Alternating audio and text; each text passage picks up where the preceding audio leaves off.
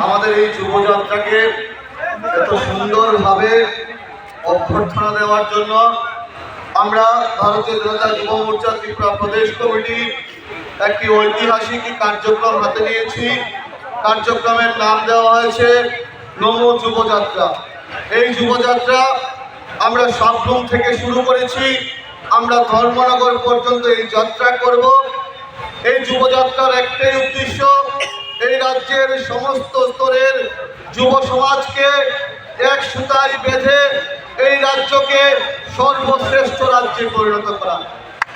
আমরা বিগত কিছুদিন যাবৎ লক্ষ্য করছি, এই রাজ্যের তথাকথিত কিছু বিরোধী দল আমাদের রাজ্য সরকারকে কালিমা লিপ্ত করার একটা অপপ্রয়াস কায়েম করছে।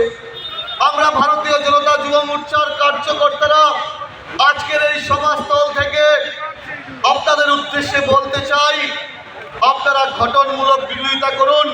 যদি আপনারা এই রাজ্যে এরকম ষড়যন্ত্রের বীজ বপন করতে থাকেন, আপনারা দেখুন যুব মোর্চা রাজপথে নেমে গেছে আপনাদেরকে হুঁশিয়ারি দেওয়ার জন্য।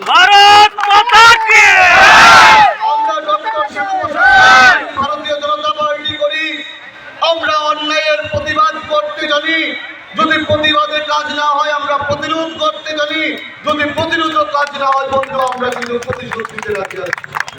আমরা প্রত্যেকটা অংশের যুব সমাজ এই রাজ্যকে শ্রেষ্ঠ রাজ্য পরিণত করার জন্য কাজ করব। বিগত কিছুদিন আগে কালকে আমরা যখন পরশুদিন থেকে এই নমযাত্রা শুরু করলাম, বিরোধীদের একটা কম্পন তৈরি হয়ে গেছে।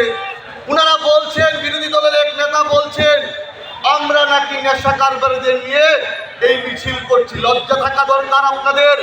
আপনারা এই রাজ্যে গাঁজাকে কুটির শিল্পে পরিণত করেছিলেন, আপনারা সবাই নেশা কারবারীর সঙ্গে যুগ সাজুগ ছিল।